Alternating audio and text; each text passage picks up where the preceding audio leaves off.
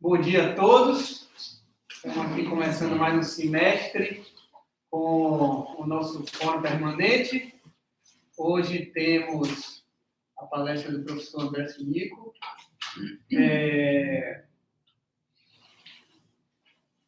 Vamos lá, desejar um feliz semestre para todos. Chamar o professor, doutor, diretor, falador, Zé Maurício, para dar aquelas palavras. Resolvedor de problemas. Resolvedor de problemas. Bombeiro, aparecer. E aí, depois começamos logo com o professor André. Certo? Vamos lá. Zé, tá aqui. Bom dia. Bom dia.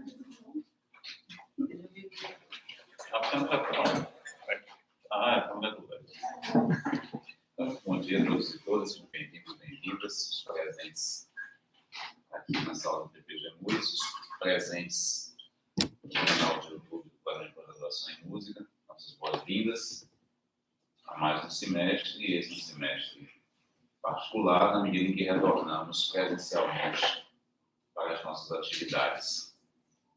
Sintam-se acolhidos, desejo que todos tenham momentos excelentes de trabalho, de convivência, e, acima de tudo, lembremos que a experiência da sobrevivência precisa nos fazer ser melhores. A gente não está apenas retornando porque estamos obrigados a retornar, nem porque as condições nos permitem. Nós estamos aqui para fazer as coisas serem melhores. Se não é para isso, não faz o menor sentido. Nossas boas-vindas ao professor André, professor visitante conosco. Espero que você seja feliz na UFBA. Nós nos esforçamos por isso.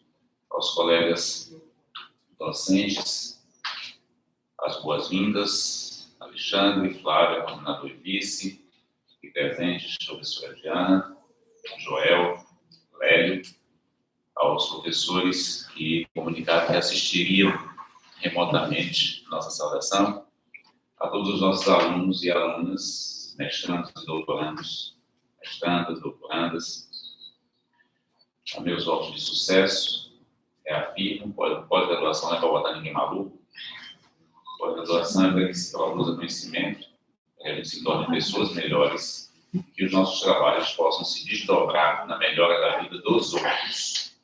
Então, a cultura de que pós-graduação é o lugar de qualquer pessoa doida, me desculpe, eu não compartilho. Então, espero que vocês também tenham uma excelente experiência no PPG Música, seja algo engrandecedor para vocês e que, acima de tudo, sejam experiências e trabalhos que se desdobrem positivamente para as outras pessoas, especialmente para a sociedade. Fazemos aqui, não fazemos por nós. Fazemos por toda a sociedade que custeia tudo isso. Não esqueçamos que estamos numa universidade pública que permite que tenhamos programas de doutorado, mestrado gratuitos. No caso do PPG MUS, o programa que, dentro daqueles que são elegíveis, permite que tenhamos bolsas, custeio. Então, isto é um benefício que precisa ser lembrado e defendido todos os dias. A melhor forma de fazê-lo é, lembrar sempre a todos e todas essas verdades. E, segundo, produzindo trabalhos que signifiquem o melhor progresso, o melhor bem de nossa sociedade. Mais uma vez, minha saudação de boas-vindas a todos e todas. Sejam felizes na Escola de Música da UFBA. Muito obrigado.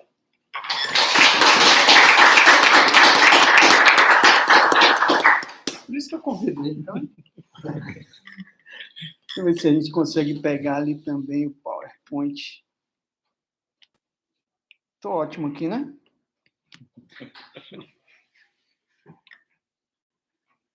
Primeiramente, gostaria de agradecer o convite do professor Alexandre e da professora Flávia para estar aqui à frente, fazendo a palestra de abertura do Fórum Permanente, do PPG MUS.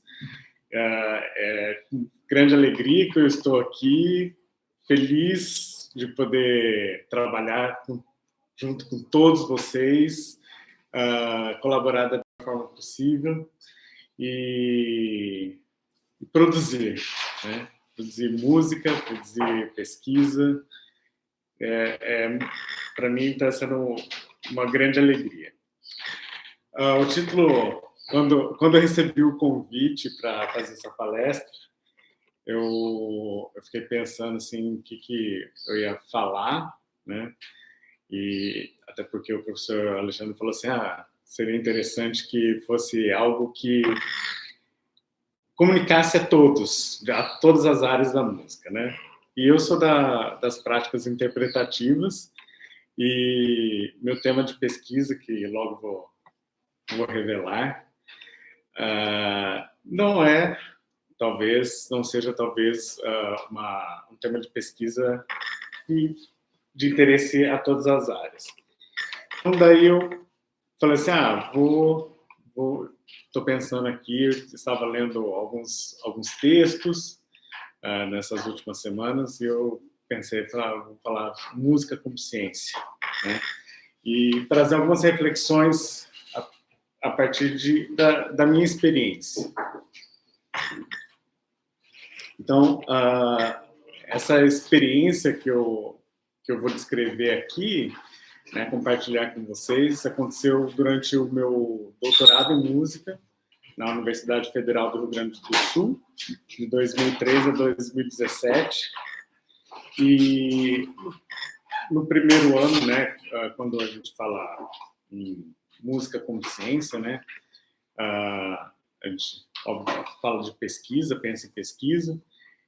E lembro que no meu primeiro ano ali, eu me matriculei na disciplina de Seminário de Pesquisa Avançada em Música, que, para mim, assim, eu sempre, desde o meu curso de graduação, eu tive aulas de metodologia de pesquisa em música. Daí, no meu mestrado, eu tive também aula, que para mim foi uma experiência fantástica. Eu comecei a me apaixonar por pesquisa ainda mais. E daí, nesse seminário de pesquisa avançada em música, eu fiquei mais apaixonado ainda. Falei assim, nossa, a gente vai vendo, né, quanto eu vejo na minha trajetória, que eu, assim, meus 15 anos de idade, eu sonhava ser o flautista da Filarmônica de Berlim, né? Estudar no Conservatório Superior de Paris, e eu, no decorrer, né, da minha trajetória, as coisas, eu fui conhecendo a música de uma outra forma, né? E esse conhecer a música de outra forma foi abrindo outras possibilidades, né? E para mim foi muito enriquecedor, no final das contas. E ao final da minha graduação, eu fui ser professor de música de câmara na Escola de Música de Brasília. Fiquei por 2 anos lá. E lá, assim, eu já gostava muito de música de câmara, mas lá eu comecei a perceber algumas coisas entre os meus alunos, e de lá que surgiu o tema da minha pesquisa, que eu venho trabalhando até hoje. E daí,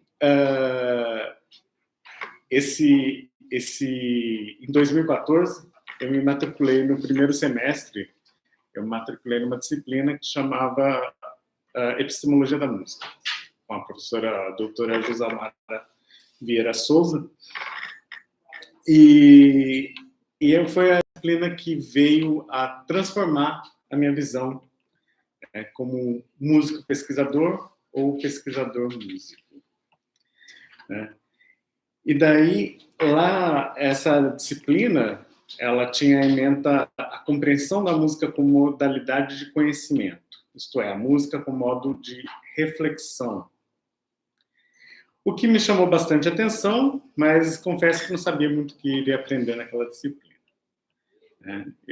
Para mim, precisava de créditos, né? Quando a gente é aluno, a gente precisa de créditos para concluir o curso.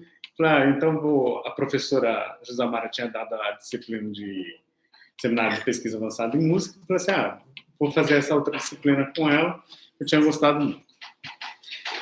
E daí, quando a gente fala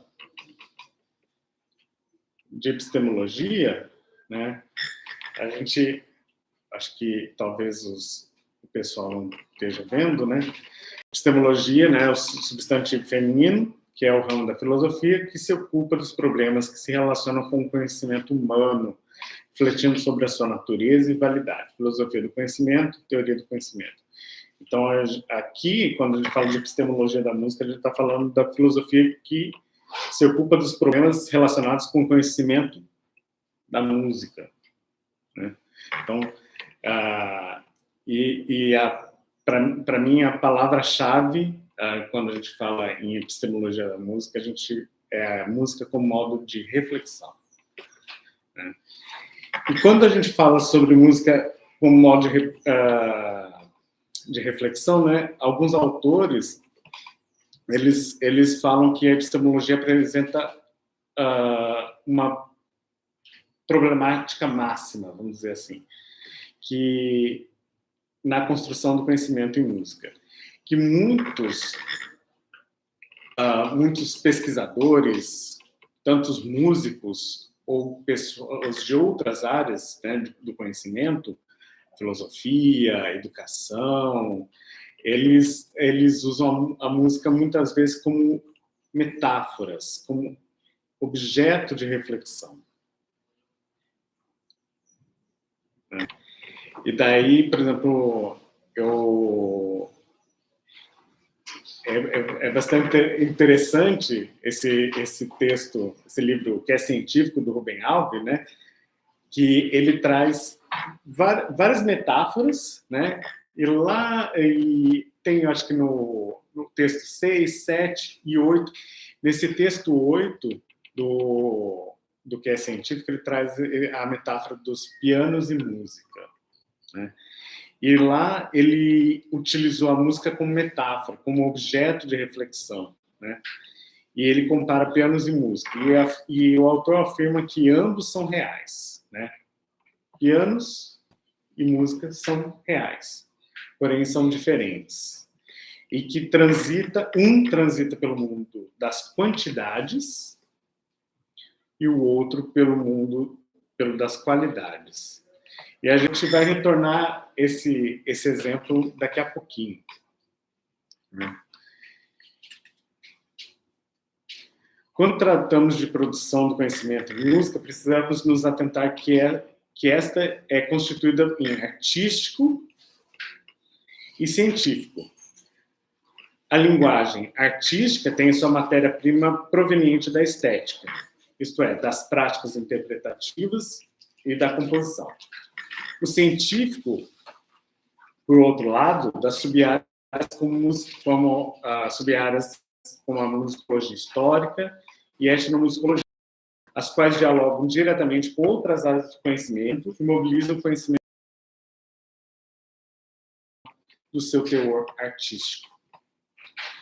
Do ponto de vista epistemológico, a música parece ter pouca força e autonomia epistêmica para reformular os demais campos científicos, produzindo, a partir de si mesma e com base na própria matéria-prima estética que possui, conceitos relevantes para uma reconfiguração da ciência. Então, lendo os textos de epistemologia, né, quando a gente vê que a música, muitas vezes, ela é utilizada como metáfora, como objeto de reflexão, mas não como modo de reflexão. E quando a gente trata ainda de epistemologia, né, de criar teorias, de criar modo de reflexão, a música ainda ela não tem força suficiente para atuar em outras áreas. Como diferente dos casos da antropologia, né, que a gente científicos de pesquisa dentro da etnomusicologia, da educação, dentro da educação musical, né? Da psicologia dentro da educação musical também, né? Da história, da sociologia, né? Então, assim, a gente tem muitas áreas de conhecimento que atuam sobre a música, mas dificilmente a gente tem a música atuando de forma contrária, né? Então, é o meu ponto de reflexão aqui, né? o quanto nós estamos fazendo, o quanto que a gente pode fazer, né? Os modos de reflexão das outras áreas, e a gente não produz modos de reflexão para que seja utilizado. Principalmente a episteme artística, que resulta em objetos estéticos, como a interpretação, a composição e a regência, os quais são provenientes de uma atividade artesanal. É quando a gente, né, trabalha com práticas interpretativas, com composição, com regência, né, que a gente trabalha com muita coisa estética, né, que é qualitativo, né, é mais difícil ainda a gente criar modos de reflexão para serem utilizados. Porque a gente muitas vezes utiliza palavras, vocabulários técnicos que somente nós músicos conseguimos entender, né? O que é um lá sustenido, o que é a questão da afinação, né? O rubato, né? Então fica também tem essa barreira do vocabulário, né, do linguístico, que não permite que o outro se aproprie também, né? Antes do meu contato com a disciplina de epistemologia da música, havia uma certa fascinação minha pelo meu tema de pesquisa, que é a ansiedade de performance musical, que caminhava comigo desde o mestrado, e a professora Diana sabe, ela esteve presente na minha banca de defesa, de mestrado, e que não me permitia mais refletir com certo distanciamento e imparcialidade, qualidades imprescindíveis para ser um pesquisador de excelência, né? É uma coisa que eu senti muito, que assim, eu estava tão apaixonado. É importante você estar apaixonado pelo seu tema de pesquisa, mas você tem que aprender a ter um certo distanciamento, né? Porque quando você se apaixona, você começa a não... né? Quando você... É o apaixonar, né? Os processos químicos liberados aí, a gente acha aquela pessoa que, na verdade, ela não é tão bonita, mas pelos processos químicos você fala assim, mas é linda, né? É maravilhosa, o amor é sério. E a gente não consegue ter esses distanciamentos, separar o joio do trigo, o que é bom, o que é ruim. A gente meio que vai aceitando tudo, né? Então, assim, é algo super positivo você gostar, você se apaixonar, mas, ao mesmo tempo, é algo perigoso, né? Porque você precisa ter certos discernimentos quando você está pesquisando, né? E provavelmente, eu coloquei aqui que provavelmente deve ser o grande infortúnio, né, dos que se apaixonam pelo seu tema de pesquisa, além de permitido e considerado seguro, né? Essa falta de juízo. Com a leitura dos textos científicos sobre o tema, né, sobre a ansiedade de performance musical, principalmente aqueles provenientes de outras áreas do conhecimento, me despertou o interesse de viver uma vida interdisciplinar, que por vezes senti a tentadora vontade de me distanciar da música. Isso é verdade.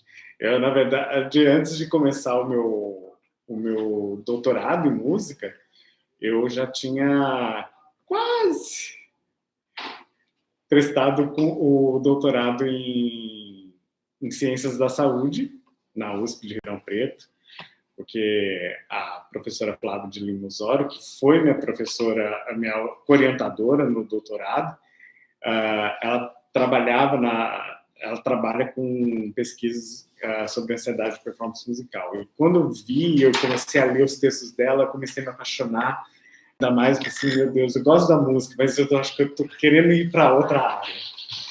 E foi uma conversa com a professora Luciana Delbem, que ela falou assim, mas quando você terminar o seu doutorado, você quer dar aula do quê?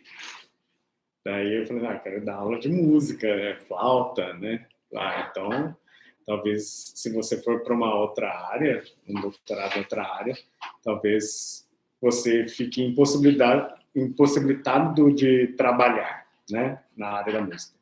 Que provavelmente um concurso vai te solicitar um doutorado em música. Então, daí foi uma das coisas que eu falei assim, preciso voltar para a música. Contudo, era sempre necessário ser relembrado que não teria conhecimento suficiente para refletir ou discutir a partir de qualquer outra área da qual não domino. Né? Então, quando a gente trabalha com pesquisa interdisciplinar, como é o caso do meu tema de pesquisa, né, que a gente tem psicologia do esporte, medicina, principalmente parte de cirurgia, neurocirurgia, né, que estudam a ansiedade de performance, não a ansiedade de performance musical, mas a ansiedade de performance, né, o atleta que se prepara 4 anos para uma Olimpíadas e ele tem uma única chance, né, igual um neurocirurgião, ele também tem uma única chance, ele não tem a possibilidade de errar, ele pode cegar, matar, né? Então, assim, é um tema que é estudado, né, em outras áreas do conhecimento. E a gente vai lendo e a gente vai se apaixonando, né? Falar, quero tudo isso para mim, quero tudo isso para mim. Em decorrência disso, o título dado por mim ao meu projeto de pesquisa, naquele momento foi Ansiedade de Performance Musical. Aqui, a disciplinaridade. Daí aqui. Ansiedade de performance musical, sua relação com a qualidade da execução instrumental de estudantes de flauta. Então, esse foi o primeiro título que eu dei à minha pesquisa, né, ao meu projeto de pesquisa lá no doutorado. No entanto, não imaginava o quanto esse título provisório já revelava um distanciamento da música. Provavelmente influenciado pelas leituras de textos científicos, onde a música era apresentada como mera coadjuvante. Né? E daí, no decorrer desse semestre, né, das leituras dos textos sobre epistemologia da música, eu fui compreendendo que a pesquisa que eu estava ali propondo, né, ela não pertencia à minha área, né, à música, mas sim à psicologia ou até mesmo à medicina. Desse modo, minha pesquisa estava a perigo de naufrágio, uma vez que os dados seriam infrutíferos em minhas mãos. Né? Se eu não domino psicologia, se eu não domino medicina, né, a área, o conhecimento, eu não sei o que fazer, não tenho o que fazer, não tenho como discutir os dados. Né?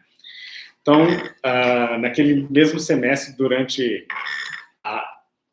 as aulas de epistemologia da música, eu consegui conversar com a professora Josamara e a gente e nós marcamos algumas reuniões à parte para ela me ajudar a pensar sobre a minha pesquisa. E a respeito como fala, dessa influência, né? Como o tema de performance musical, ela pode ser discutido por algumas áreas, né? Foi bastante interessante para mim, mesmo no primeiro ano de doutorado, que eu participei do congresso da 3ª Conferência Internacional de Música e Emoção na Finlândia. E nós tivemos uma sessão temática só para discutir pesquisas em ansiedade de performance musical.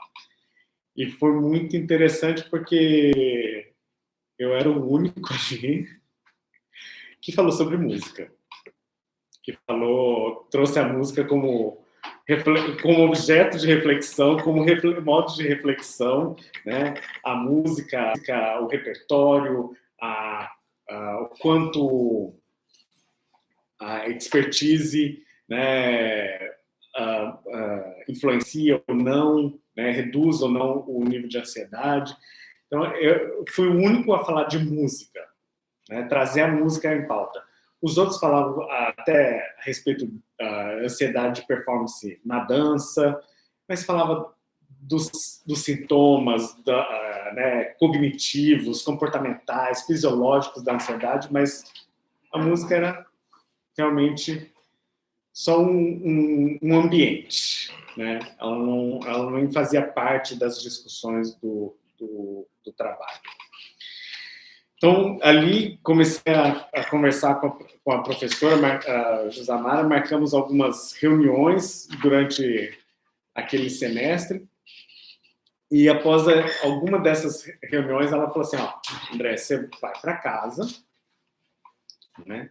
Você vai para casa e você vai pegar esse título e você vai embaralhar as palavras. E vai tentar encontrar nesse embaralhar das palavras a epistemologia da sua pesquisa, dentro da música. Gostei dessa metodologia. Embaralhar. Vou usar mais. Então, eu fui para casa e comecei a criar como se fosse um quebra-cabeças, né? A ansiedade de performance musical, sua relação com a qualidade da execução instrumental de estudantes de flauta. E eu fui montando, e nesse montar novos títulos, eu também tive a tarefa de pensar novas questões de pesquisa, novas hipóteses, novos objetivos de pesquisa, né? Então, assim, não é simplesmente desembaralhar, reembaralhar, né? Mas é pensar em todo o processo que a gente precisa na construção de um projeto de pesquisa. Então, eu fui nessa brincadeira aí. E daí, após esse reembaralho aí, eu cheguei a esse título. A qualidade da execução instrumental e a sua relação com a ansiedade de performance musical de estudantes de flauta. Então, pergunto a vocês, o que diferencia um título do outro? A música está na frente.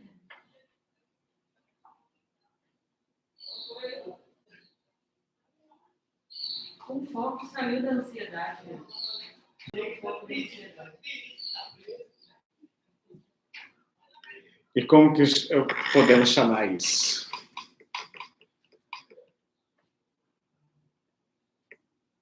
Essa diferença. Em que sentido você está falando assim?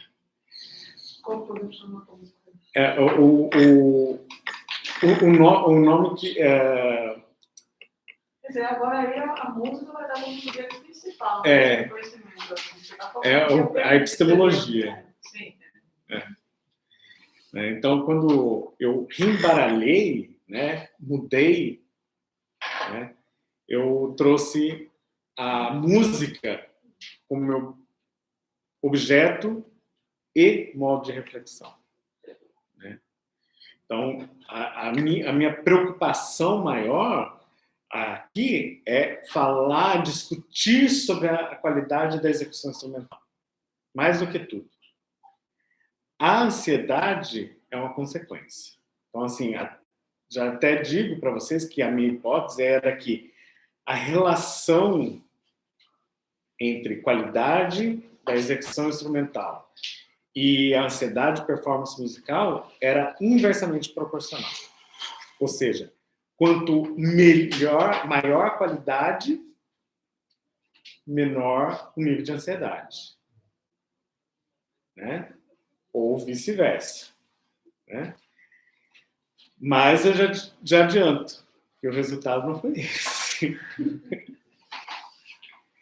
E é interessante a gente também lembrar, eu vi alguns colegas assim, reescrevendo, quase terminando a tese, reescrevendo o título, reescrevendo o objetivo, porque queria que fosse, né, que desse certo a hipótese que tinha levantado.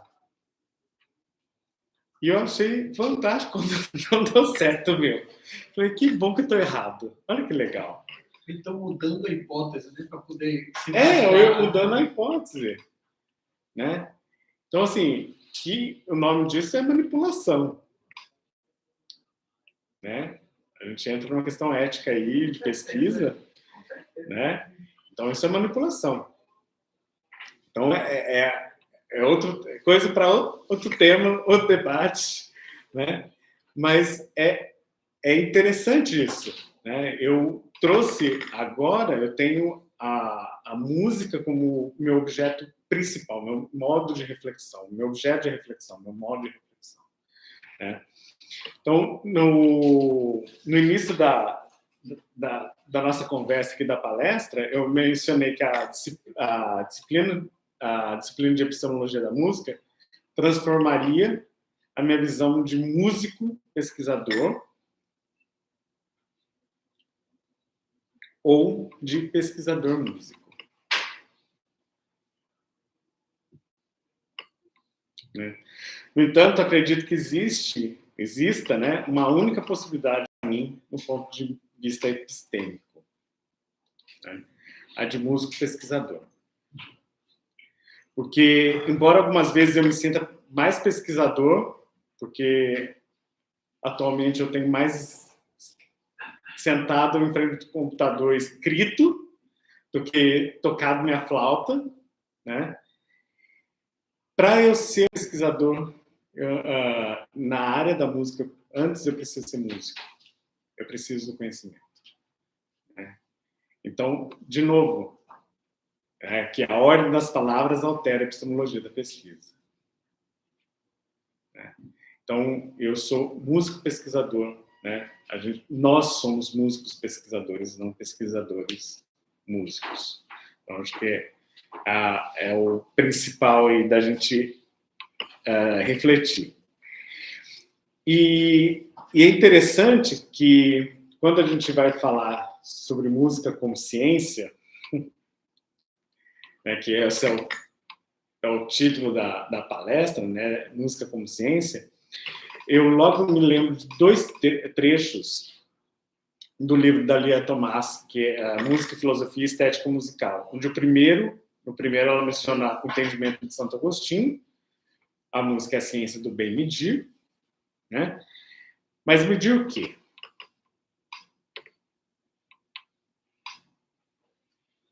Lá na Idade Média, o medir, eles falavam a questão de Pitágoras, né? A relação de intervalar, a questão de harmonia, né?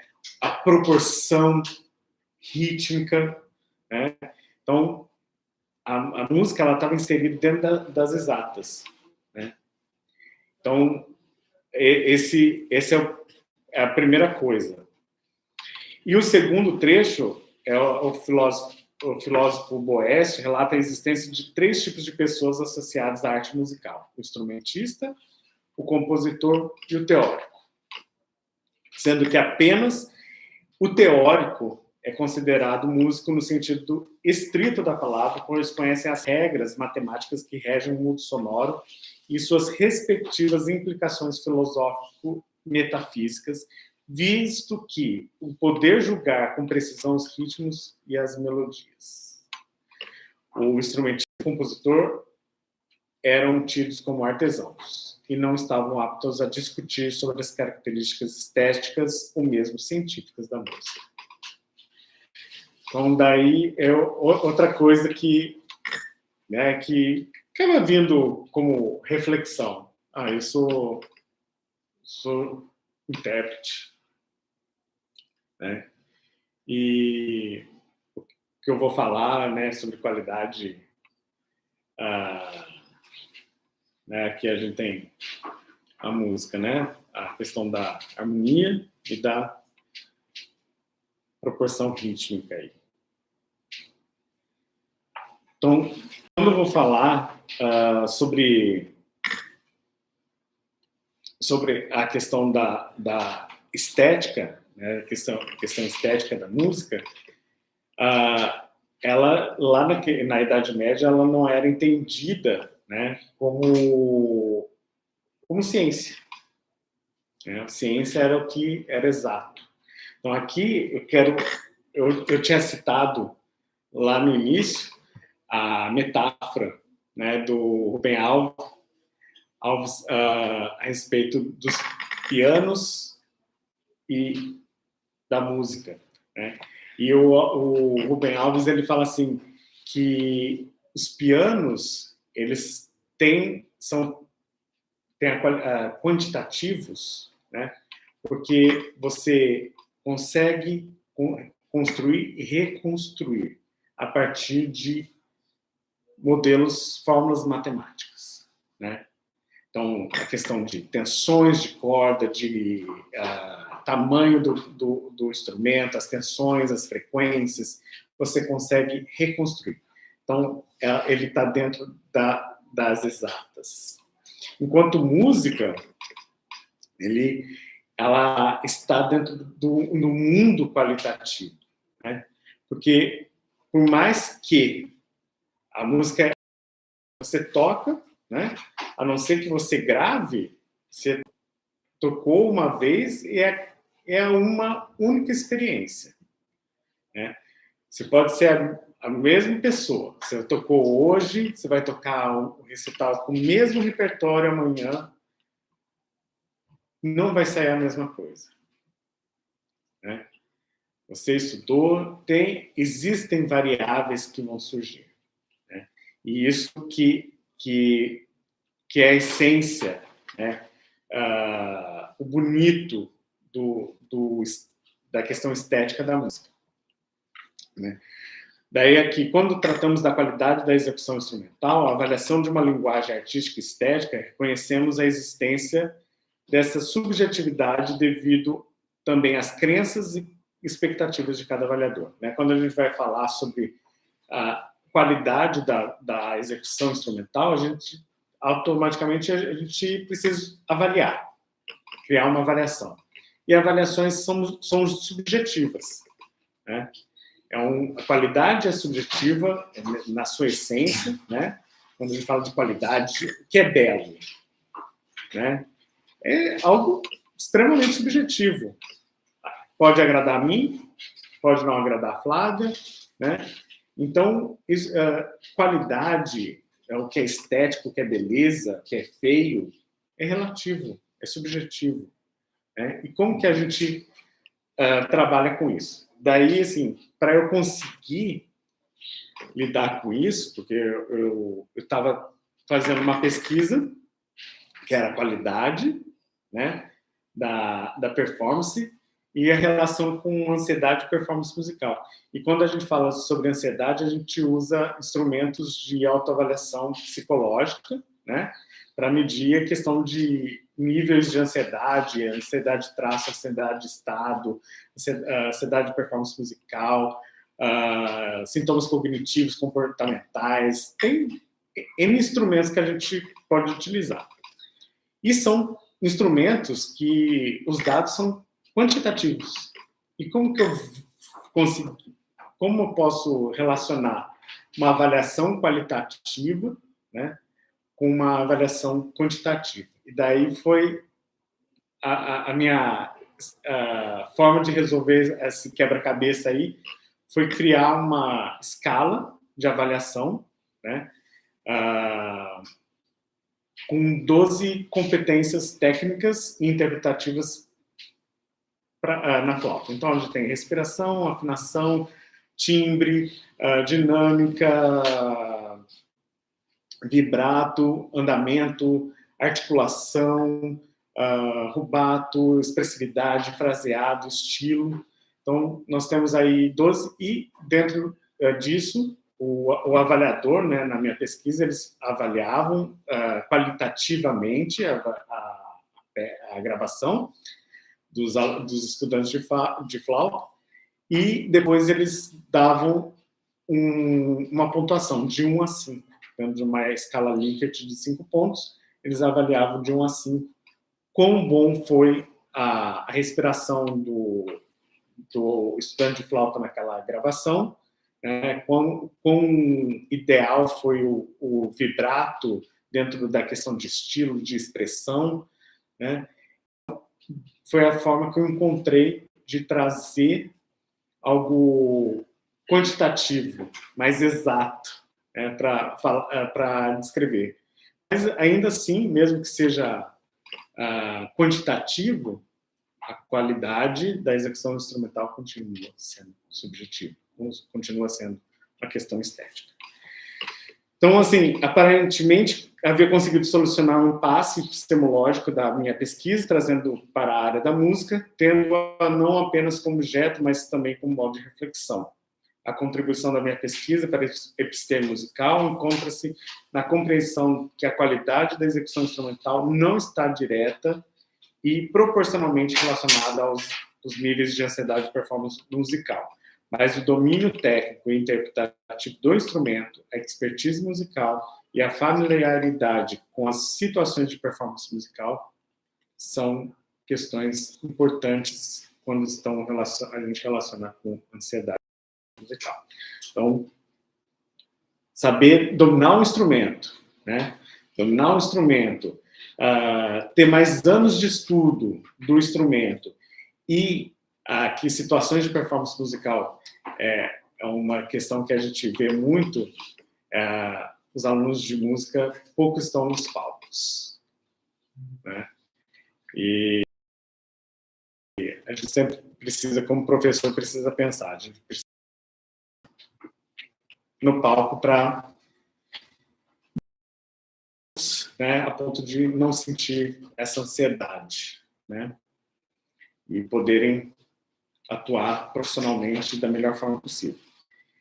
Talvez tenha tudo que eu fiz para construir uma epistemologia da música que venha contribuir significativamente com os outros campos científicos. Agora eu quero perguntar a vocês: qual será a sua contribuição para a epistemologia da música a partir da sua pesquisa? É isso. É isso que eu quero trazer para a gente conversar.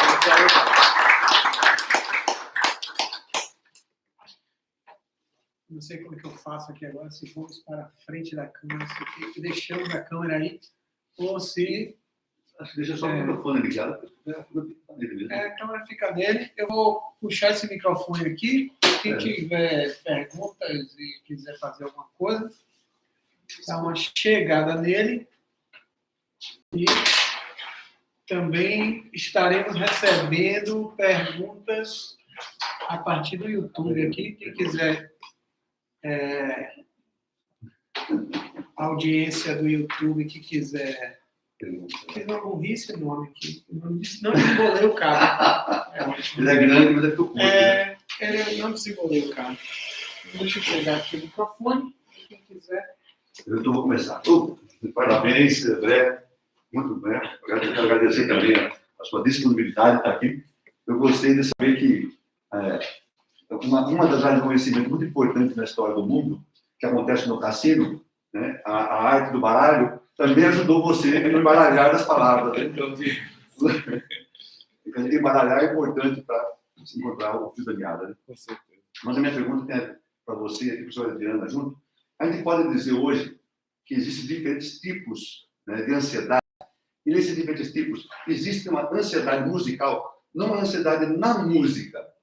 Quer dizer, a ansiedade é igual quando eu vou dançar, quando eu vou tocar. A ansiedade é igual quando eu vou no discurso. É a mesma ansiedade ou existe uma ansiedade musical que diferencia das outras, né? Quando a gente fala de ansiedade, né, a gente, por exemplo, dentro das avaliações de ansiedade, nas minhas pesquisas, primeiro eu faço uma avaliação para encontrar traços de ansiedade. Quando a gente fala de traços de ansiedade, a gente tenta identificar a ansiedade no cotidiano da pessoa. A pessoa, por exemplo, um exemplo que eu sempre gosto de dar, por exemplo, eu tenho uma reunião, uma consulta médica que seja às 13h. O caminho que é para percorrer entre a minha casa e o consultório médico, 10 minutos. Mas assim, é 13h, mas eu começo a criar assim, nossa, pode ter um acidente, começo a criar vários cenários ruins que possam possibilitar o meu atraso. E eu não gosto de atrasar. Então, para evitar isso, então vou sair 12h20, meio-dia. Então, a gente consegue identificar dentro desses instrumentos de autoavaliação psicológica traços de ansiedade. Então, a gente consegue ver realmente a pessoa tem um traço de ser ansiosa no seu dia a dia, no seu cotidiano, em atividades comuns, né? E daí, quando a gente eu faço a pesquisa, eu consigo aplicar outro instrumento que eu consigo ver o estado de ansiedade, que é a ansiedade naquele momento, e também medir a ansiedade de performance musical. Então, nós temos outro instrumento de autoavaliação psicológica, que é Kenny. Eu sinto assim, quer dizer, talvez a ansiedade seja a mesma, são níveis diferentes, né? O corredor de Fórmula 1 que está ali, o risco de vida, por exemplo, né? Mas eu não sei, quer dizer, a partir do momento que tiver ferramentas, né, metodológicas para descobrir se existe um tipo de ansiedade diferente de outros que existe, né? Aí eu acho que a gente tem que ter uma contribuição diferente para a psicologia. Porque talvez só nós, né, como músicos, que você colocou, você pode saber assim, se a sua ansiedade, quando você vai tocar um concerto de flauta, é exatamente igual à ansiedade que você tem para comer, como você disse, né? Está ali na ansiedade de ver quem vai ser o presidente na hora da votação, está pau a pau o negócio ali, né? Quer dizer, e agora, hein? Quer dizer, tem 4 anos, mas eu vou dizer assim, quer dizer, será que existe diferença de ansiedade? Será que quando você olha para dentro de você, embora essa não é a melhor metodologia, né? Mas vamos dizer assim, né? Mas a partir do momento que 100 pessoas dizem, olha, a minha ansiedade de tocar é diferente da ansiedade que eu sinto se eu tiver que falar em público, eu acho que isso pode ser, não de níveis, né? Estou falando do tipo, mas talvez o que caracterizaria uma ansiedade diferente da outra, né? Quer dizer, o efeito da ansiedade, né?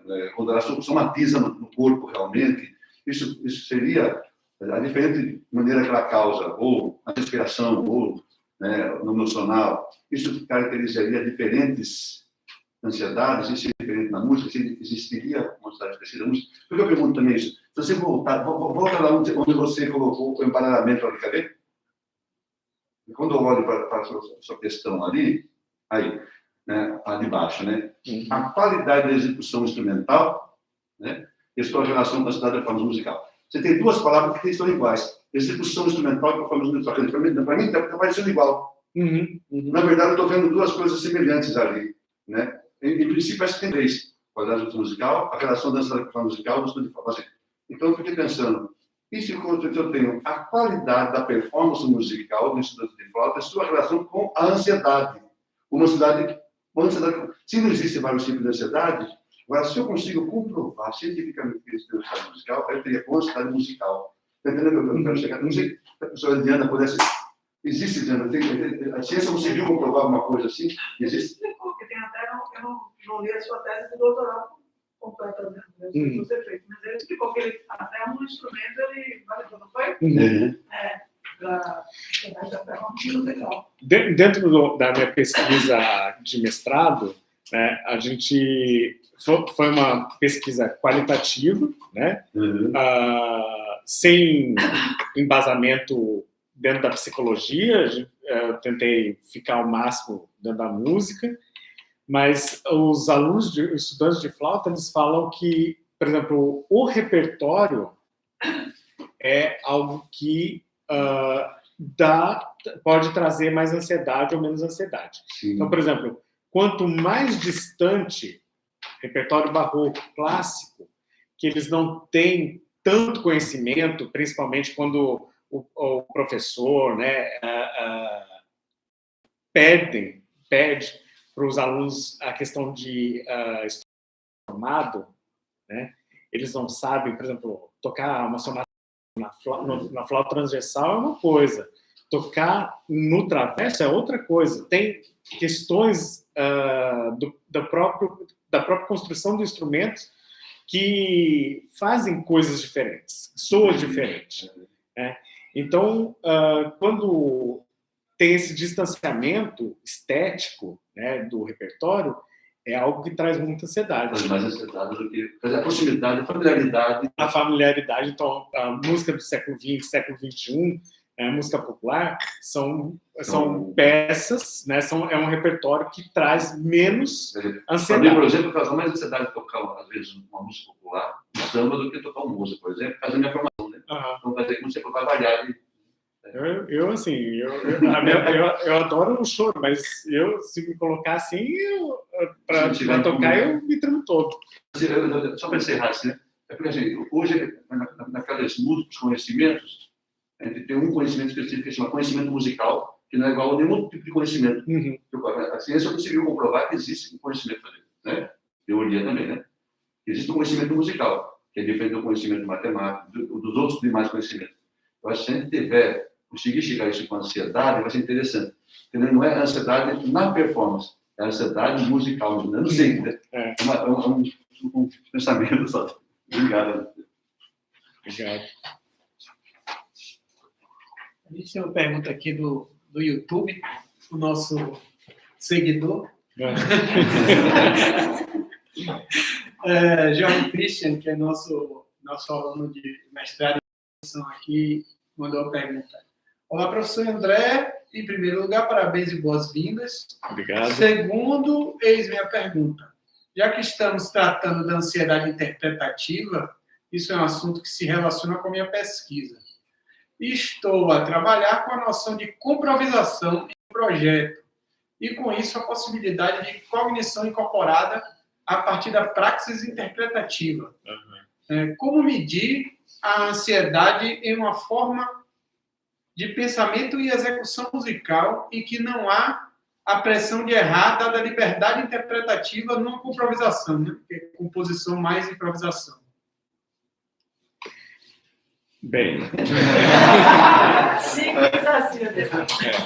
Diferente, né? É um pouco diferente, mas pode ter um outro tipo de ansiedade, né? Quando a gente fala de ansiedade dentro do viés cognitivo, a gente tem a liberação, né, da ansiedade, dos mecanismos de ansiedade, com a questão de expectativa. Né? Quando a gente tem expectativa. Por exemplo, a gente vê a reportagem que Luciano Pavarotti ele sofria de ansiedade de performance musical. Ele, tecnicamente, era impecável, né? Mas existia uma expectativa do público que sabia que ele era impecável, esperava, pelo preço que pagava o ingresso, em receber essa performance impecável.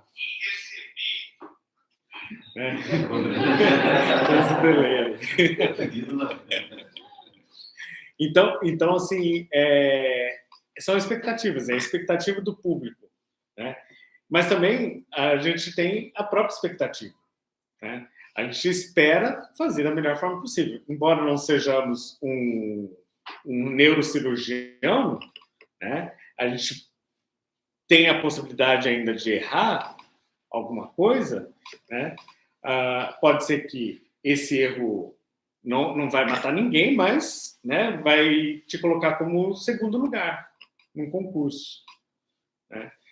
Mas existem as próprias expectativas. Essas expectativas, né? Por exemplo, eu tenho a liberdade da improvisação, da co-improvisação, né?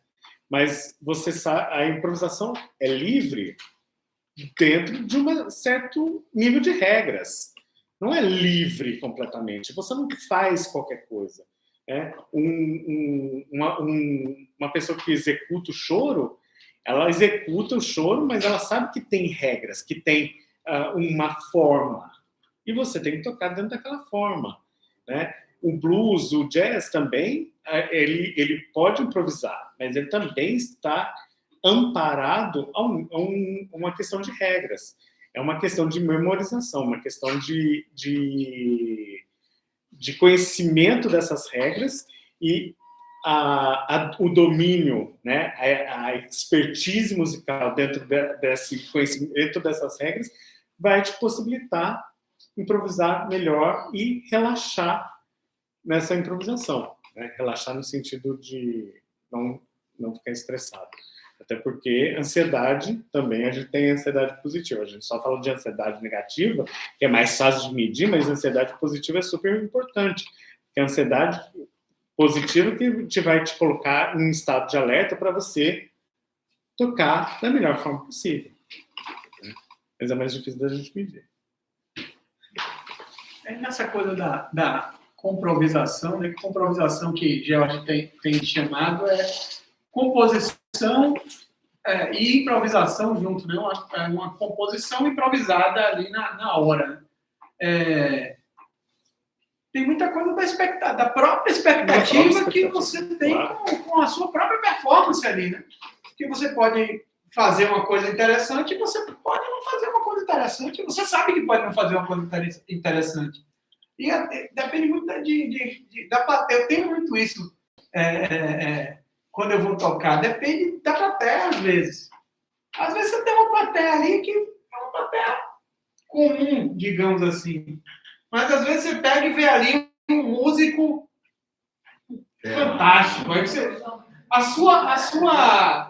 sua expectativa pela sua performance vai lá para cima. A existência de uma plateia composta pelos pares é muito mais temeroso. A gente vê aí a questão de concurso, de competição, audição. A gente fica muito mais ansioso. A literatura mostra que a gente tem a propensão de ficar mais ansioso do que se a gente está entre amigos, entre família, né, numa performance. Então, quando a gente está entre os pares, a gente fica mais ansioso. Da mesma forma, eu aqui estava extremamente ansioso. Podia não parecer, mas eu estava ansioso. Estou entre os meus pares e comum, é natural. Porque, querendo ou não, a gente sabe que vocês têm uma expectativa da minha palestra, eu tenho expectativas do retorno disso. Então, tudo isso gera ansiedade. Você está chegando agora? Estou chegando agora, né? Conheço pessoas de vocês. Te conhecem pouco também. Uhum. Uma coisa que, assim, dentro da literatura, que é bastante interessante, por exemplo, uma situação de performance musical que é bem complicada é masterclass. Existe coisa pior que masterclass? Não existe. Porque você nunca viu o professor mais gordo na vida, né? Mais bonito, mais feio, que seja. Você está nervoso, você toca mal, e ele pode levar aquela execução ruim sua pro resto da vida. Tipo, nem quero ouvir de novo aquele aluno tocar. É horrível. É uma chance, porque ele vai, querendo ou não, você está tocando na frente de colegas, que sabem, aquele trecho é bem difícil de executar, todo mundo erra, né? E o professor não te conhece, vai ser a primeira experiência, você tocar para ele, que não te conhece, na frente dos seus pares, um repertório que é difícil, tudo para dar errado. Tudo para criar um ambiente repleto para te fornecer ansiedade. Mais alguém?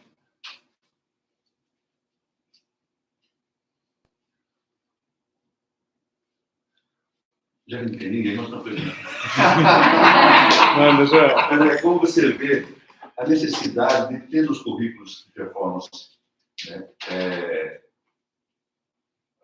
Atividades, né, para trabalhar a ansiedade de palco. Lógico que é no momento que perde a ansiedade, né? Eu tenho visto que quando eu estudei, eu tive a chance de fazer uma disciplina com um dos maiores trompetistas da história, né?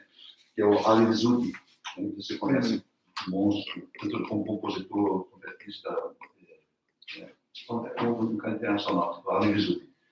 E nós começava com aquele livro lá, para a Chance de Golfe, foi muitos anos já, né? E ele trazia isso, tentou construir uma disciplina. Ele não era professor da universidade, ele veio, foi chamado só para trabalhar, para fazer uma disciplina com a gente e falar sobre o assunto. Na verdade, ele só falava e gerava situações. Né? Mas como você vê, um lado, a necessidade de ter uma disciplina para trabalhar a ansiedade, né? E que conteúdo seriam esses dessa disciplina? Como você lembra tudo isso? Olha, eu acho que é interessante a gente falar sobre ansiedade, sobre saúde mental dentro da nossa área. É imprescindível isso. Eu acho que é interessante, tipo, eu acredito que essa disciplina seria legal para a gente avaliar, né, os níveis de ansiedade, né, e a gente trabalhar com estratégias musicais. Né? Eu estive nos Estados Unidos por 3 anos, e dei algumas palestras sobre ansiedade e performance musical lá, e era muito interessante a expectativa dos alunos. Eles queriam mágica, porque a gente sabe que nos Estados Unidos é tudo padronizado, né? Escrita do texto. Então, assim, eles queriam que eu trouxesse uma fórmula mágica que todo mundo ia parar de sentir ansiedade. E eu falava assim, gente, ó, se vocês estão vindo para a minha palestra para isso, vocês vão cair do cavalo. Né? Porque a minha intenção era explicar quais são as possíveis causas. Né? Quando você sabe quais são as possíveis causas, você consegue ir se autoavaliando. Ah, isso daqui parece que faz sentido. Vou começar a me observar. Quais são os sintomas? Porque não tem uma causa pode ser forte em mim e gerar um sintoma. Então, eu não posso pegar o mesmo sintoma e colocar dentro de uma caixinha que ele é proveniente da mesma causa. Né? A gente pode ter sintomas com diferentes causas. Né? O que tocar uma sonata de Bach para mim não é nada. Mas quando eu vou tocar um Luciano Berio, sequência, nossa, xerostomia, boca seca. Né? Então a gente não pode colocar a mesma coisa. Por exemplo, quando eu falei de repertório, né? Repertório não somente a questão de estética, período, mas o tocar flauta solo, né, para os alunos, estudantes de flauta, é muito mais difícil, porque não se costuma tanto tocar. Agora, um pianista, um violonista, isso é algo corriqueiro, do cotidiano, tocar sozinho. Né? E quando a gente faz música de câmara, a gente divide as responsabilidades. Então, é outra coisa. Para o flautista, que ele tem uma peça só, tem que pensar em na estrutura, na melodia, na harmonia, né? Tudo sozinho, sustentar aquilo por 4, 5 minutos, é um super desafio. E fazer tudo isso ser interessante.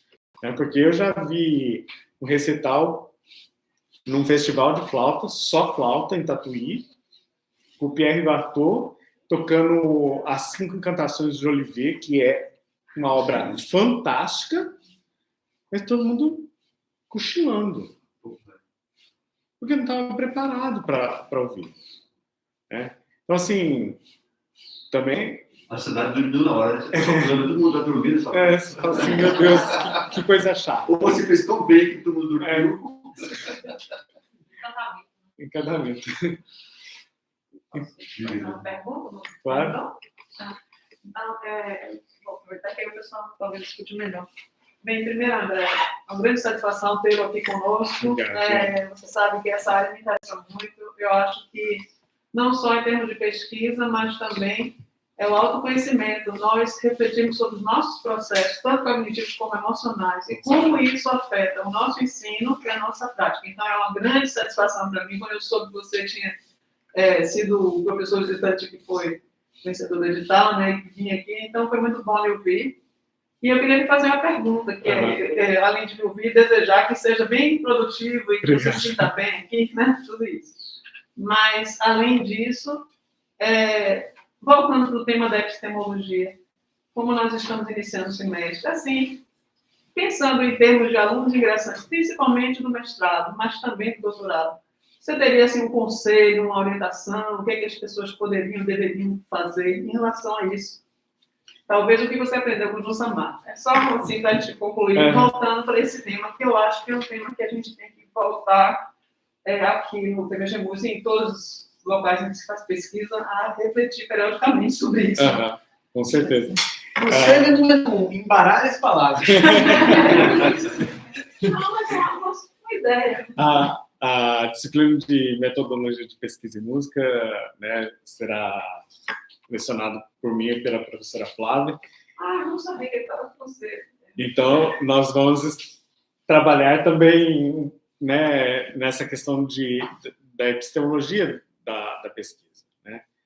Para a gente... Não é só um tema de pesquisa que a gente precisa escolher, a gente precisa entender, né, onde buscar as referências, e entender como a gente tem que trazer, né, essa pesquisa cada vez mais para a área da música, trazemos um objeto, não somente como objeto de reflexão, mas como modo de reflexão, né, e tentar contribuir, né, que é a minha pergunta aqui, né, qual será a sua contribuição? Eu quero muito...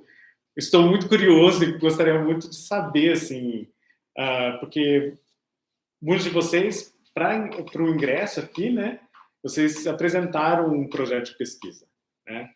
Talvez muito mais adequado ao orientador que vocês esperavam, mas eu gostaria de saber, assim, o quanto, né, esse projeto de pesquisa que vocês proporam aí no processo de seleção, ele está dentro da epistemologia da música. E o quanto que ele pode contribuir. Ou se vocês, olhando para... né, ouvindo e refletindo enquanto eu falava, o quanto vocês falam assim, vou precisar rever. Reescrever. Embaralhar as palavras. Ou, às vezes, até mesmo trocá-las, né? Às vezes é preciso trocá-las. Posso continuar? Não sei se você conhece, quando trabalha com drogas, tem um processo de trabalhar. Tem pessoas que trabalham com drogado, uma pessoa tem droga já uma situação complicada, tentando tirar essa pessoa da droga, tentando extirpar a ansiedade, no nosso caso. E tem outro processo que se chama redução de danos, não sei se você conhece. A redução de danos, ela trabalha, dentro da última temos um CAPS, Centro de Apoio Psicossocial, e eu trabalho em música há 4 anos. Né? E a ideia não é que aquele usuário deixe de usar, isso é muito complicado, né? Mas que ele tenha controle, quer dizer, redução de danos, ele consiga controlar, usar. Amanhã tem que trabalhar, não vai usar hoje, tem que trabalhar amanhã, não perdeu o emprego, assim vai. É uma coisa mais complexa, faz alguns anos que surgiu na Califórnia esse processo. Então, assim, não é uma pergunta, mas uma reflexão para você fazer para a gente. Quer dizer, como você falou já anteriormente, Pavão, quer dizer, não tem como você tirar a ansiedade, às vezes.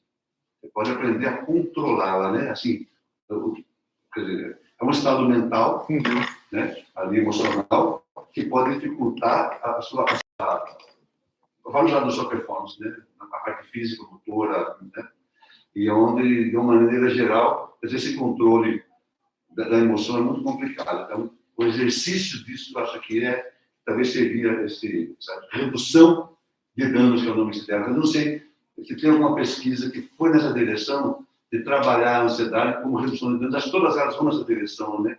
Não tentando fazer com que você não fique ansioso, mas como você tem o domínio contra ela para reduzir os danos, né? Deixa eu só completar com 2 coisinhas. Né? Esse é um lado, né? E de que maneira isso, essa redução de danos, né? Como você vê a relação disso ser trabalhado a partir de remédios ou de alguma substância, né? Para tentar fazer performance música, e através de terapia. Olha, são 3 coisas. Eu acho extremamente interessante a questão de terapia cognitiva, comportamental, cognitivo-comportamental. Tem um trabalho bem interessante realizado em Londres, junto com um conservatório italiano, que eles criaram um brain room, né, em que tem uma projeção de uma plateia com reações, que é extremamente interessante. E isso daí está dentro da terapia comportamental, que é dessensibilização, né? Então, acho que mais do que nunca, uma das coisas que a gente, dentro da universidade, que a gente pode criar é um projeto, não sei se tem, sou novo, mas é um projeto que tenha um palco semanal para os alunos tocar, um movimento de uma peça, para criar essa dessensibilização. Isso é a primeira coisa.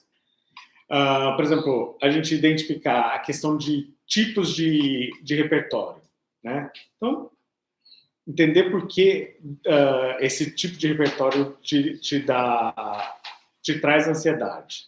Então, o professor trabalhar, então, é o barroco, o que te aflige em tocar um barroco, né? Então, o professor, no final das contas, ele também precisa ter uma sensibilidade para ajudar a auxiliar, né? Então, a questão de pianistas, né? Eu lembro de fazer amigos fazerem teste para o Festival de Campos do Jordão há uns bons anos atrás. Era terrível, porque assim era leitura à primeira vista, uma atrás da outra, né? Se errou alguma coisa, você já está eliminado. Então, assim, praticar, acho que muitas vezes a gente não pratica, né? Leitura à primeira vista. Então, tem várias coisas, acho que dentro do próprio planejamento, né, do estudo, como tocar, como estudar o repertório, o que estudar, né? Às vezes também o aluno só quer tocar repertório, não quer fazer técnica, né? O quanto que a técnica ajuda a ter uma leitura melhor, uma agilidade, uma prontidão técnica para executar o repertório, né? Então, acho que tem várias estratégias aí musicais que a gente pode utilizar para a diminuição, né? Eu acho assim, dependendo dessas avaliações de ansiedade de traço, ansiedade de performance musical, estado de ansiedade e tal, dependendo do nível de ansiedade, eu acho que é super recomendável, dependendo do resultado, é super recomendável você recomendar, né, que o aluno, que o músico vá fazer uma terapia cognitiva, comportamental, né? Ou existe também outras formas de você lidar com isso. Eu, por exemplo, quando eu começo a ficar extremamente estressado,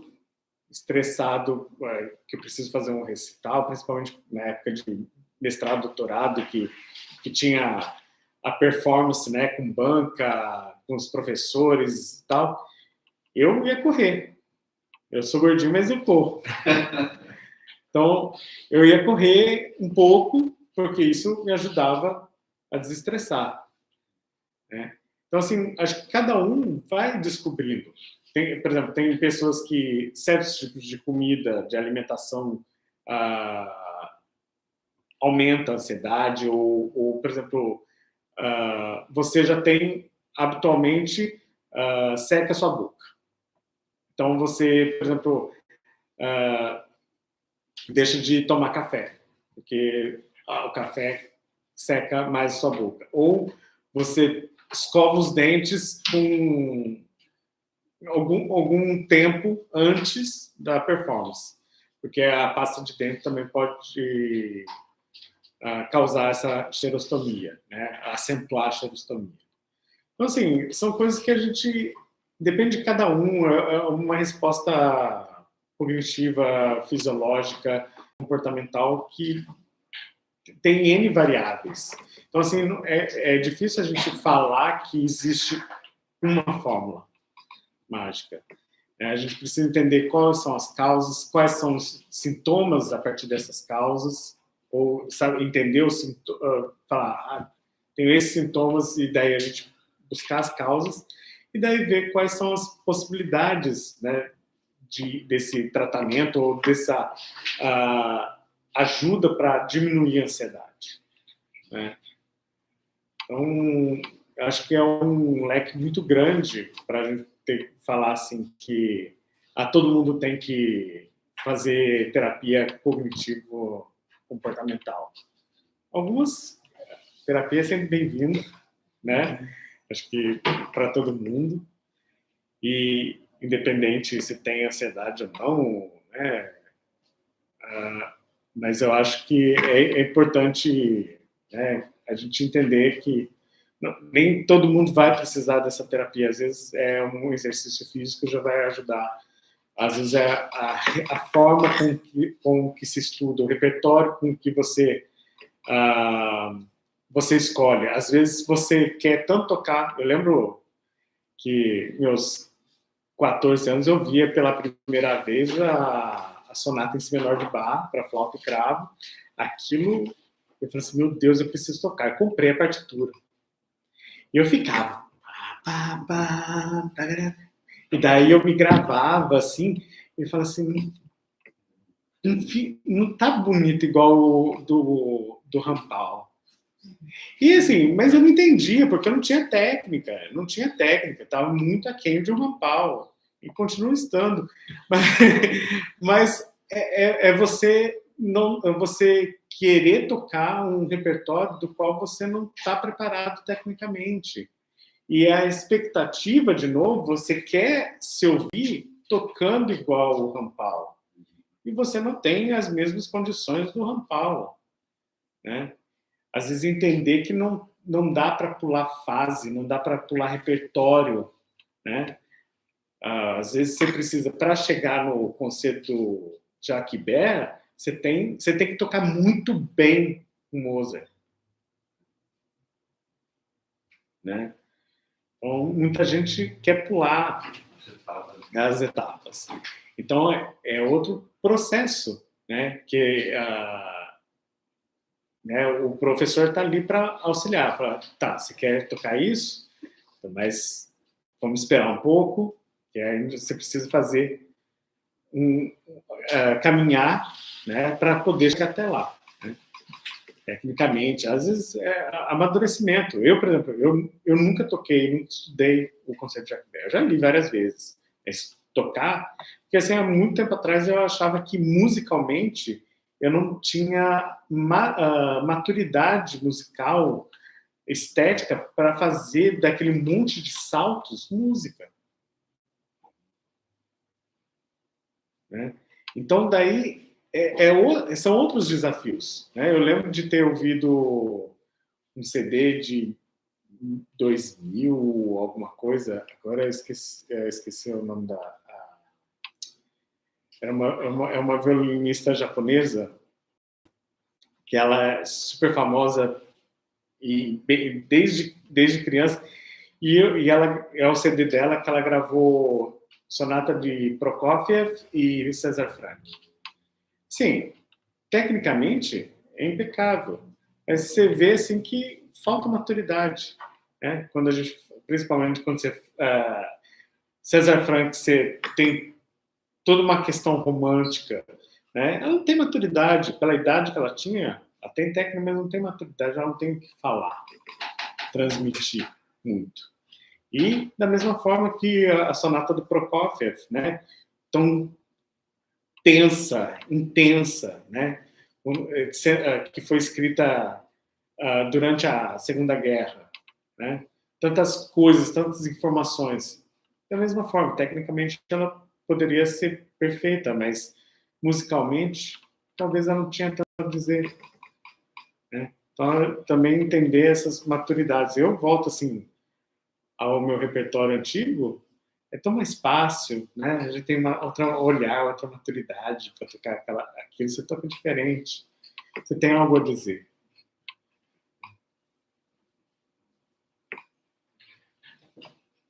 Eric.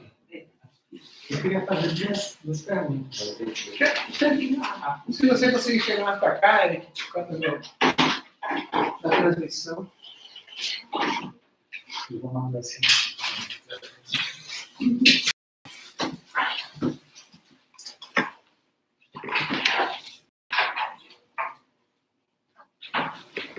Tudo bom? Eu queria fazer duas perguntas. Uma sobre essa distinção, como você chega à distinção dos tipos de ansiedade, porque me parece, na conversa que eu aqui, que tem dois ambientes que são, duas situações que são um pouco diferentes. A ansiedade de tocar, onde quer que seja, mas tem também um tipo de ansiedade quando você tem situação competitiva, uma seleção, um concurso. E tem gente que tem um problema de só apenas se apresentar, né? Já gera uma ansiedade muito grande. Tem gente que lida melhor com essa situação de apresentar, mas um concurso, ele, obviamente, tem outras nuances que vão atender. Né? Você está competindo. Então, me parece que são duas situações de ambiente sociais diferentes. E isso é um ponto, como você percebe esses dois espaços. A outra diz respeito, Joel colocou sobre a questão de uma disciplina, uma possibilidade de trabalhar isso, mas eu faço uma questão nessa linha, mas não com os alunos, mas para formação docente. Porque é difícil a situação de docente, às vezes você fala uma coisa que você acha que é irrelevante, mas aquilo pega na cabeça do estudante ou da estudante de uma forma, e você também propõe coisas. Então, para algumas pessoas isso pode gerar mais ansiedade, pode gerar menos. Então, acho que pode gerar evasão, resistência, conflitos.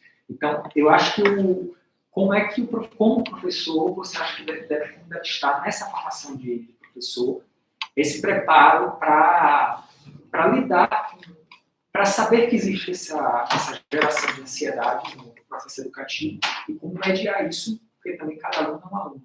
Então, com essa noção da ansiedade no espaço de ensino-aprendizagem pode ser trabalhada na formação docente.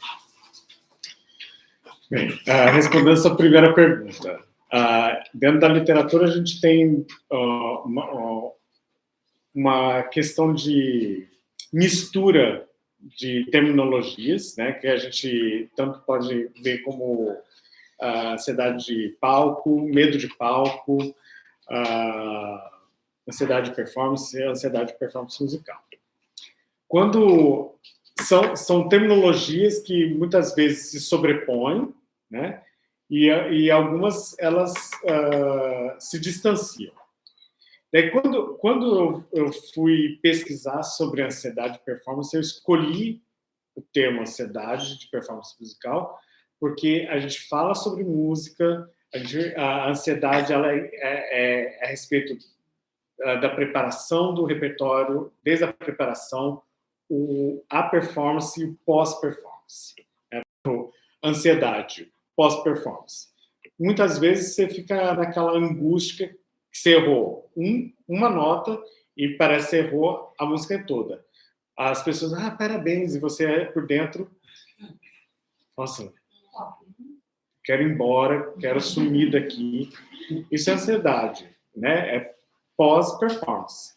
Então, a ansiedade, por exemplo, pode começar antes, né, já na preparação, quando você recebe a data, o seu recital é dia tal, então você já pode começar a ficar ansioso aí, ou ansioso porque você não está dando conta de preparar o repertório que você se propôs. A ansiedade durante o recital, né? Principalmente quando vem aquela vozinha maravilhosa, né? Que fica falando, você vai errar. Aquela passagem que você errou todas as vezes que você estudou, você errou. Então, isso é a diferença dessa terminologia, de ansiedade de performance musical. Agora, quando a gente fala medo de palco é algo mais abrangente. Porque a gente pode falar assim, por exemplo, nesse momento, eu diria que eu não tenho ansiedade de performance musical porque eu não estou tocando. Tenho medo de palco. Né? O fato de eu estar na frente, falando com vocês, isso é o medo de palco. Então, é questão de uma oratória. Né? Então, isso é o que diferencia músico, né, de um apresentador, de um palestrante. São o medo diferente. E outra coisa, quando a gente fala medo de palco, né, a gente tem aí um objeto. O medo é do palco, especificamente.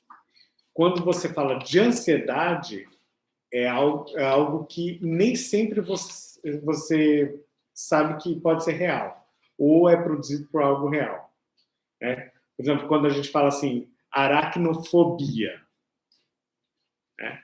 Você tem um objeto, você tem uma aranha, pela qual você tem medo. Você tem pânico. E pânico é outra coisa. Quando a gente fala pânico de palco, é outra coisa. Porque são sistemas diferentes, modos diferentes que é liberado esse medo, essa ativação no cérebro. E você demonstra claramente para nós a importância da interdisciplinaridade, porque se a gente começar a falar como músico sem lidar um pouco com a psicologia, a gente não vai ver as nuances todas que você vê. Né? Entende? Então, essas são as diferenças. São diferenças terminológicas. Tem autores que concordam, sobrepõem. Alguns autores falam que não falam ansiedade. Tratam de ansiedade de performance musical, mas usando o termo medo de palco, né? Mas dentro da educação física, você não tem o palco, você não tem a música, então você é ansiedade de performance, né? Então, você tem a ansiedade de performance na questão de um atleta olímpico, né, que precisa realizar algo, né, pontual, depois de 4 anos de preparo. Então, você tem isso, e tem um neurocirurgião que também, a gente, dentro da literatura, a gente vê que é a ansiedade de performance, né? Eu nunca li, nunca ouvi se existia ansiedade de performance cirúrgica, neurocirúrgica. Eu já vi só os estudos, mas também não vi esse nome. Nunca vi essa terminologia. Respondi? Sim. Eu acho que seria super interessante, é apropriado, né? Na nossa área, a gente ter uma formação, né, docente, né, dentro dessa questão de saúde mental com os nossos alunos, né?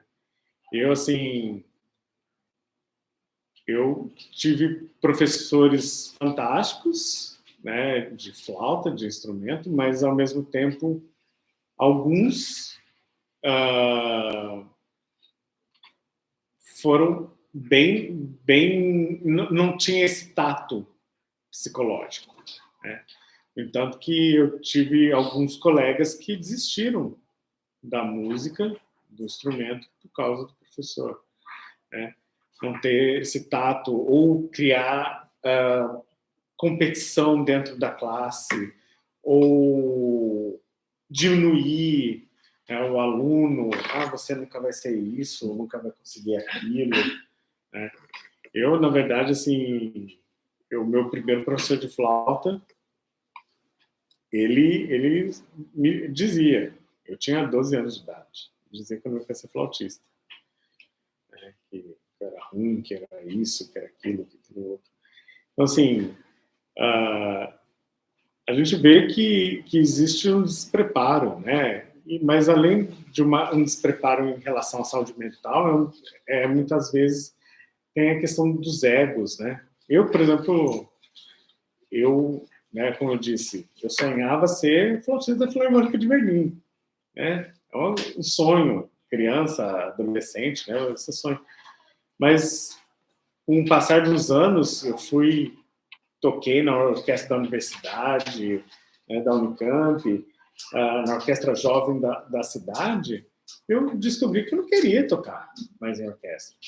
Aquele ambiente, para mim, é terrível.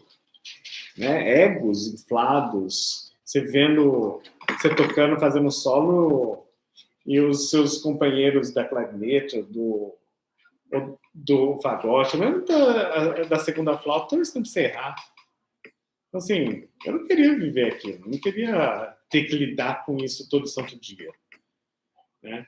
E além do que, querendo ou não, que o professor José Maurício não ouça, é questão do você, musicalmente, você está submisso às questões interpretativas, estéticas do regente. Você está ali, você toca, você sabe, você tem as questões técnicas, ele pode não falar, você tem que fazer um staccato mais assim, sabe? Você usa agora a língua, agora não sei o quê, agora você usa a sílaba T, com tá, com A, com E, com U. Ele não vai falar isso. Você tem um domínio da técnica do instrumento e ele vai falar o jeito que ele gostaria que soasse, né? Então, assim, no final das contas, eu falo que existe uma capação, né, interpretativa dos músicos de orquestra. Porque é difícil que cada um colocar o seu entendimento interpretativo ali na orquestra, é uma bagunça. Cada um entende Beethoven de uma forma, né? Cada um entende a articulação em Beethoven da primeira fase de uma forma e da segunda, terceira fase de outra forma. Então, é complicado isso. Respondi?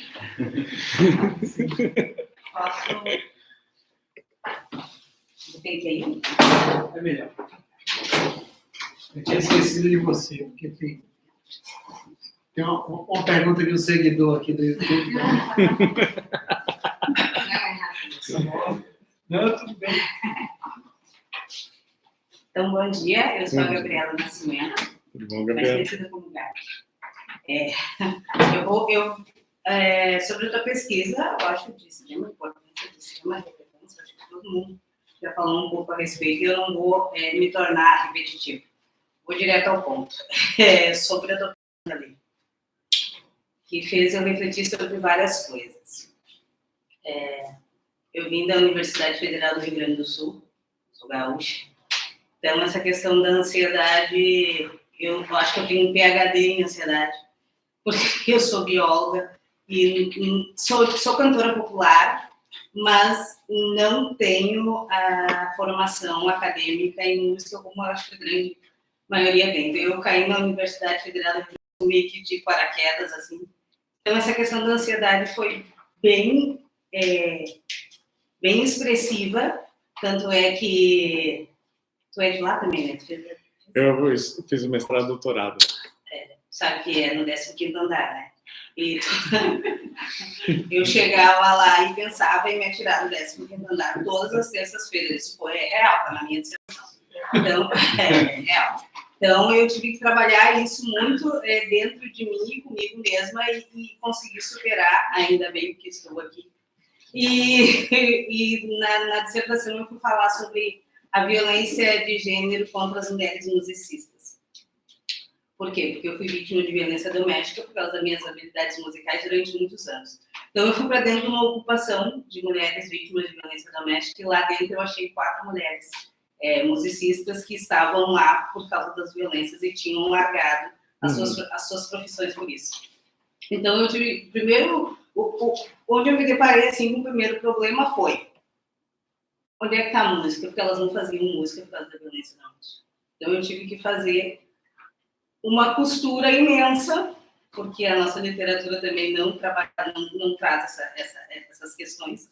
Então, eu tive que trazer, me aprofundar mesmo e conseguir fazer links com a literatura negra e tal. E como é que faz quando não tem música? Num trabalho de etnomusicologia, sou da ética.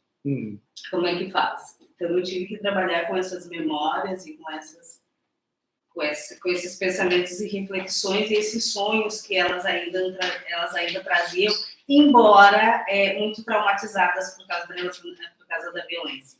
Então, ao final, eu eu não digo concluir, porque ele nunca conclui, né?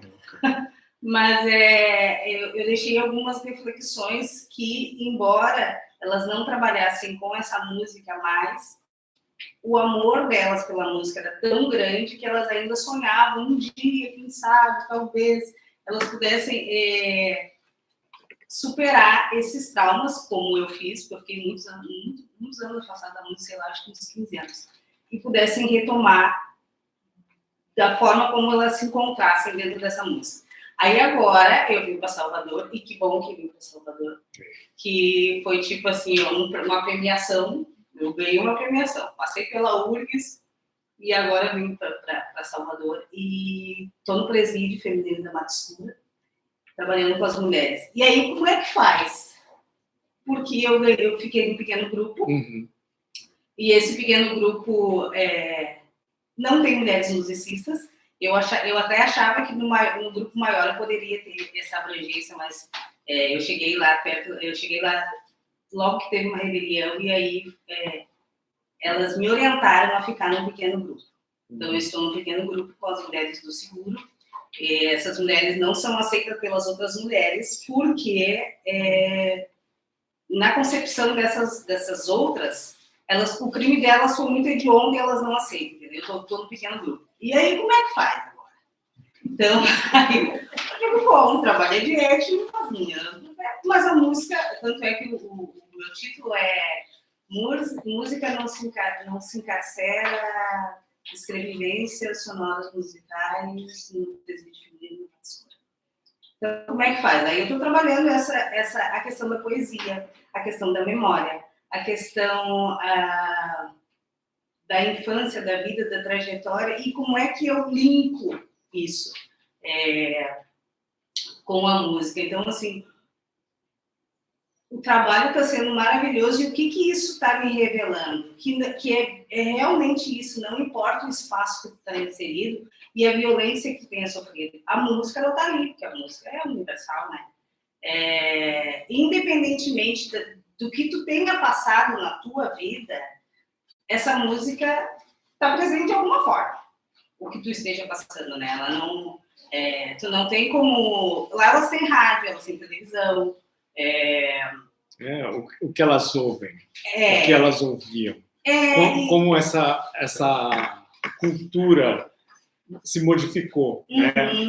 do ouvir música, né? O que se ouvia antes de estar ali. Exatamente. E essa sonoridade desse espaço também, né? Porque a sonoridade do presídio é algo incrível que tu fica pensando que aquilo não existe, mas existe. É grito, é barulho de cela, é mulher que chora. Então a sonoridade é muito rica, por vezes agonizante, por vezes te causa ansiedade, porque é um ambiente extremamente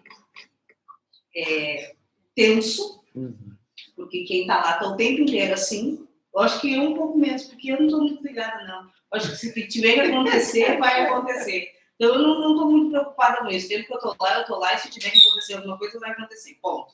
Então, eu acho que é isso. Quando eu estou nesse espaço, eu trago essa contribuição para pensar, entendeu? Não importa o espaço. E o presídio, a gente sabe que é um lugar extremamente estigmatizado, extremamente.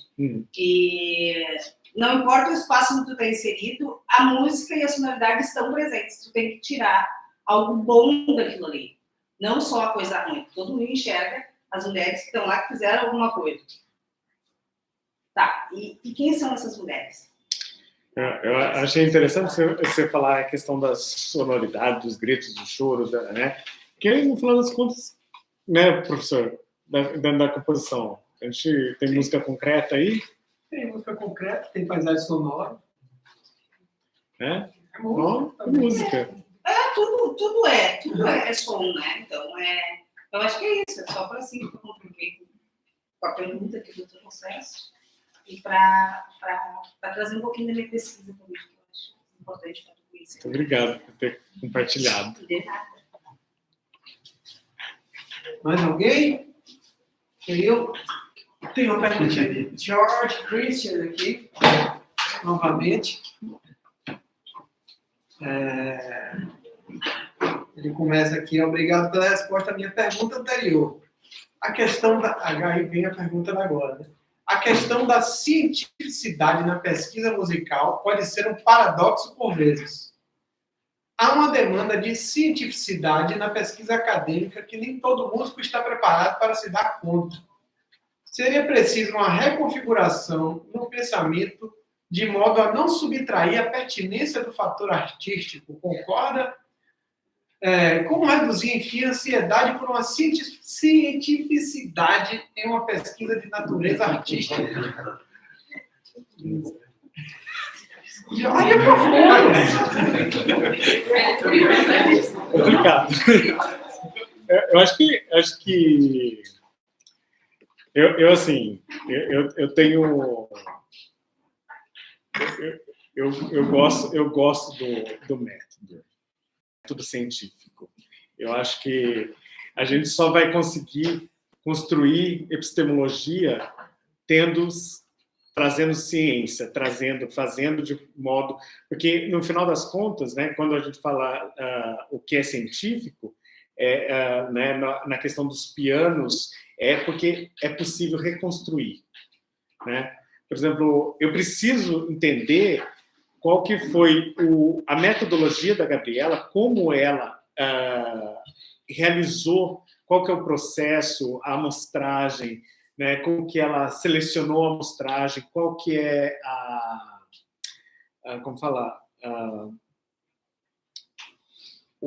delimitação do tema dela, o método, se é estudo de caso, se é uma narrativa, de que forma que ela fez, de que forma que ela coletou esses dados e de que modo que ela analisou os dados para que eu possa reproduzir isso. Né? Às vezes, ela está fazendo aqui no Presídio Feminino em Salvador, mas daqui uns anos ela queira refazer esse mesmo estudo, ou outra pessoa queira refazer o mesmo estudo no Rio Grande do Sul, em Manaus.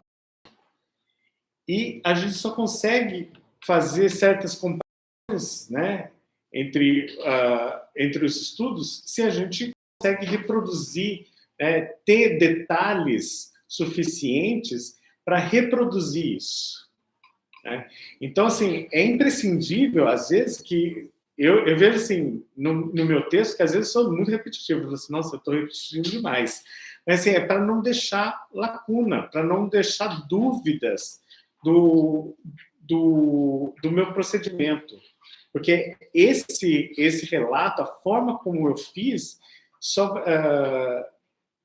eu morrer amanhã, eu quero reduzir o que o André fez.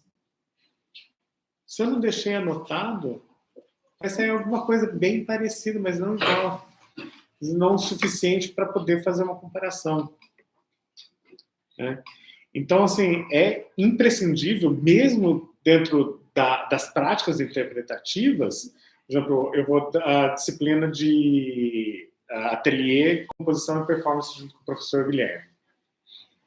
E é uma área nova para mim, que eu estava escrevendo um projeto de pesquisa de pós-doutorado sobre colaboração compositor-intérprete. E daí, assim, eu tenho visto que cada um faz uma coleta de uma certa forma.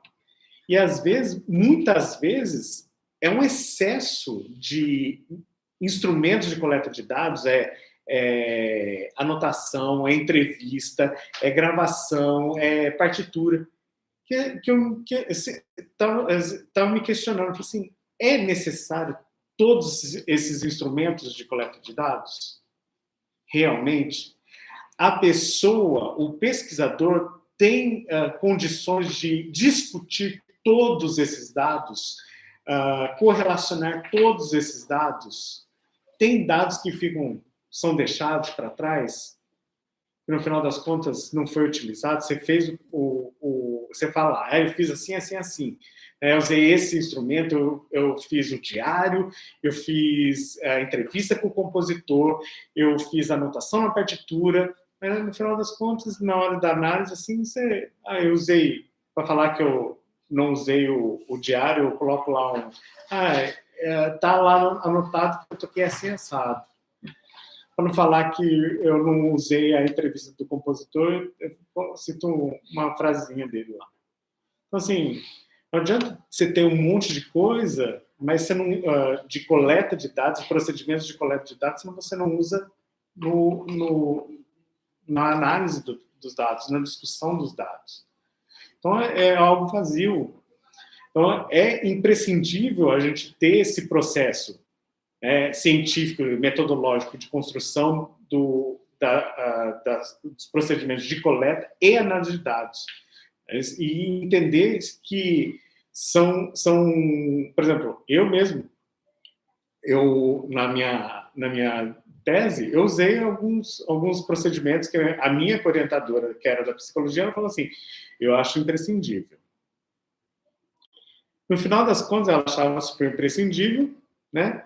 Daí eu fui vendo que assim, eu tinha que... Era a delimitação da amostra.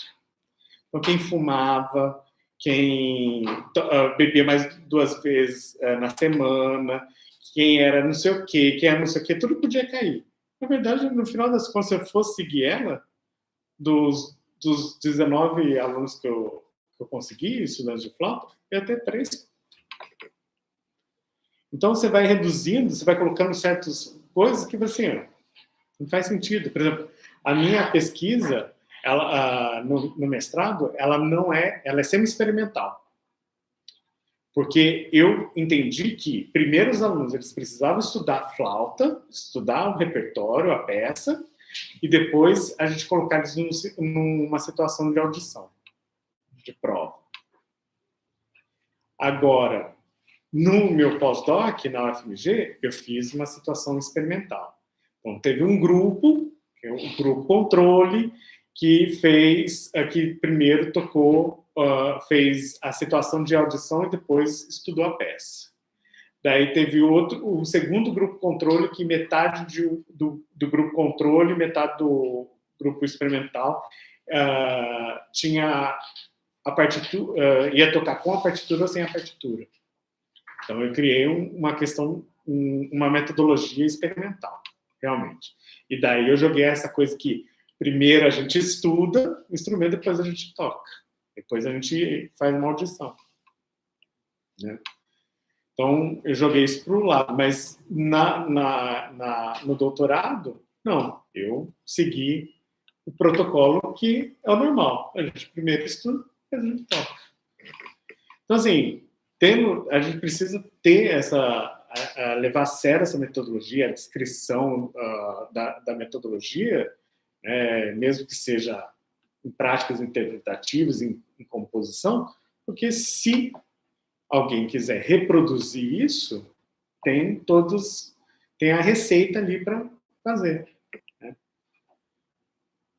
Não dá para falar assim, é um pires de açúcar, que é bem, né, das receitas de antigamente, né? O caderno de receita da minha avó, assim, um pires de açúcar. O que é um pires de açúcar? Que forma esquisita. Um tanto de farinha. O que é um tanto de farinha?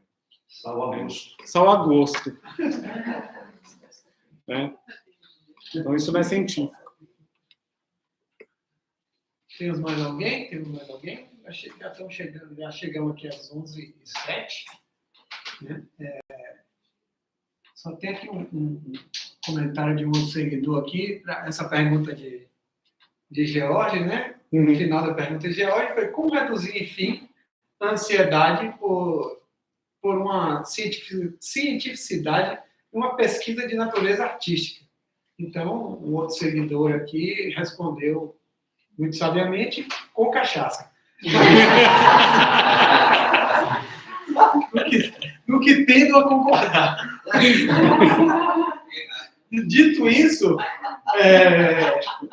eu queria agradecer ao professor André por partilhar com a gente aqui a sua pesquisa e por fazer essa abertura. E lembrar que amanhã temos a reunião com os alunos, né, 14 horas, que depois dos informes de praxe teremos uma conversa com a professora Diana Santiago sobre pesquisa e pós-graduação. E para os professores, na sexta-feira, temos a reunião docente. Certo? Alguma coisa mais, Flávia? Não? Então é isso. Obrigado.